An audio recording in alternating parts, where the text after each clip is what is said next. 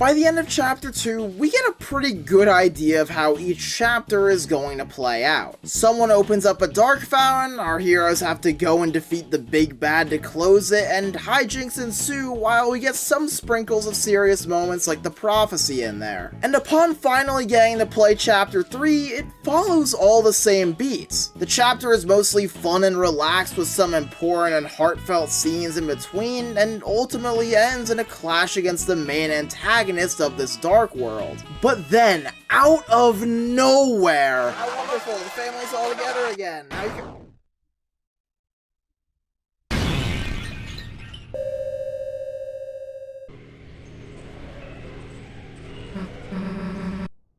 This isn't the night.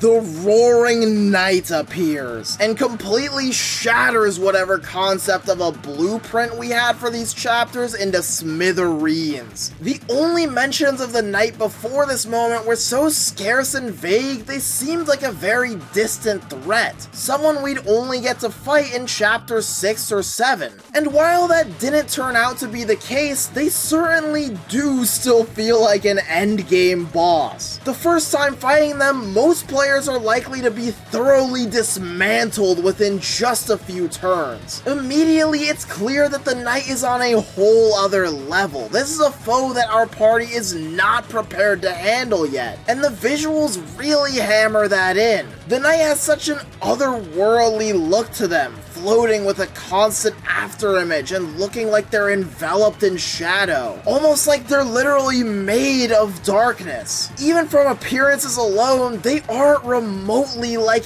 any other enemy we've faced before. Their sleek and sharp look is perfect at conveying that strange and mysterious yet extremely dangerous feeling, and the build up to the fight only solidifies that. After turning around, they hunch over and seemingly drool or have some kind of liquid coming out of them. Almost like whoever or whatever this thing is, they aren't all there anymore. Then we see them try to do something to Toria with this strange purple beam before they morph into this weird circular form to move around. And right before the battle, they charge up and let out a vicious roar at the top of their lungs, their ribcage literally bursting open as they do so. The whole scene only made more unsettling with the fact that the Knight is normally always silent. Both in its nature and combat abilities, it's clear that this thing is completely alien to us. Even after we're quickly dealt with, we're still no closer to finding out what they're all about, as they morph into yet another form and kidnap Undyne, retreating into the shelter. In every regard, we are far out of our depth, and the only thing we can do is accept it and look towards tomorrow.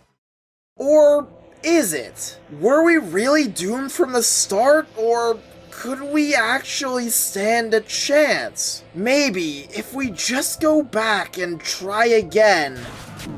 Shoot. Wait, we died?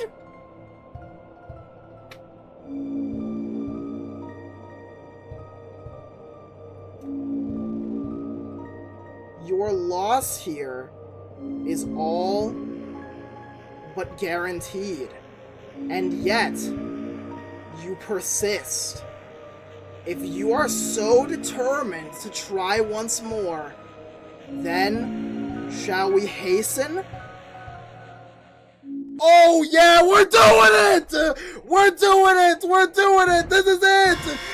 This is the exact moment which elevates the Knight fight from a simple, scripted loss to one of the greatest boss battles Toby Fox has ever made. Gaster's dialogue here completely reframes the fight, turning it into this epic struggle where you're flat out told that you have next to no chance of winning, but you keep on persevering regardless. The word determination being used here makes this so much more special too. It's a word which is so rarely used in this game, and yet Toby decides to break it out for this special occasion, and it's perfect. Because this is what determination is all about. It's struggling against impossible odds. It's never giving up, even when just a chance at victory seems so far out of reach. That is the essence of determination.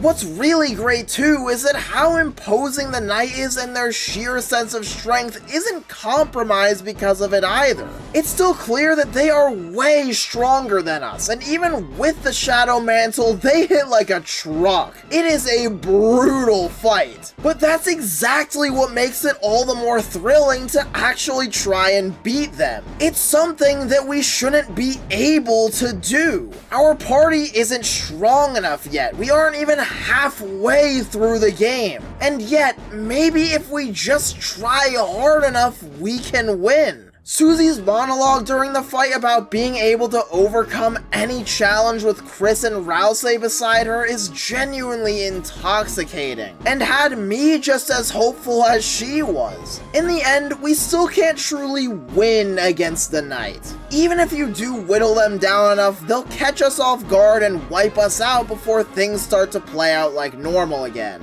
But regardless, it still manages to feel like a massive win. Before, we just got demolished and it felt like we were nothing compared to the knight. But now, even though the events play out the same in the end, it feels like we were able to beat the odds and really give the knight a run for their money. I mean, Susie even manages to chip off a part of their blade during that power struggle. We prove that things are at least a bit closer than the knight thought. It's funny, I know we still lost in the end, but I still believe Susie's words. When these three are together, they can overcome anything. And even if she doesn't know we exist, we're a part of that team too, trying as many times as it takes to help them win. The team dynamic certainly isn't the greatest right now. Chris is working with the knight behind Susie's back. They clearly aren't very fond of us, to say the least, and Susie doesn't even really know we exist. And there's a chance that all of us may never get along perfectly. But I can't help but feel like if we ever do fight in unison, there isn't a single enemy which could stand in our way.